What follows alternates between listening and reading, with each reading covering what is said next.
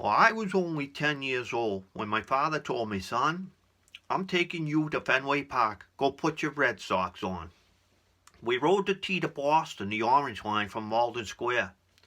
When the train pulled in the North Station, he said, let's walk from here. So we walked along the Charles River. Dirty water splashed my feet. We crossed the pike at Brookline Ave. We went up to Lansdowne Street. When we passed in through the old brick walls, the ticket taker said, you must be here for the home team, son. I can see your socks are red.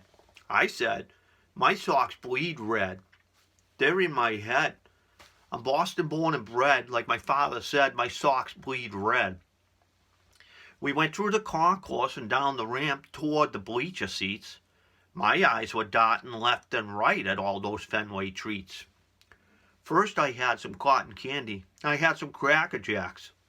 And then I had an ice cream sundae and a miniature Red Sox hat. The paint was chipping from the walls. There was Coke spilled on the ground.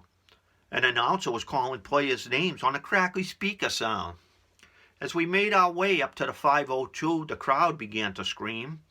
As the Red Sox ran out on the field, there was a monster, tall and green. So many great players on that team. I could name them all. I saw Louis T. wagging his glove. I saw the spaceman talk to the ball.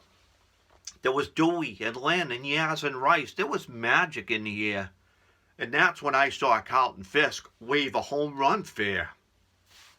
Years later, I saw the Rocket Man strike 20 Mariners down. The offense got on the back of Boggs. He won the batting crown. The oil can could grease the bat. Dave Hendo swung the sticks.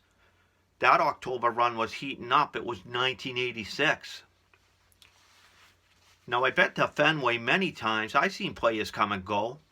The best pitching pair that I've ever seen was Schilling and Pedro. You throw Tim Wakefield in the mix with that dancing knuckleball, and the mighty bats of Manny Ortiz, the Sox have won it all. Now, time has gotten hold of me. I'm turning old and gray. But the memory of those games with Dad, they're in my heart to stay. I don't get to Fenway much these days. Time keeps rolling on. But the one thing that I always do is keep my Red Sox on. 'Cause my socks bleed red. They're in my head.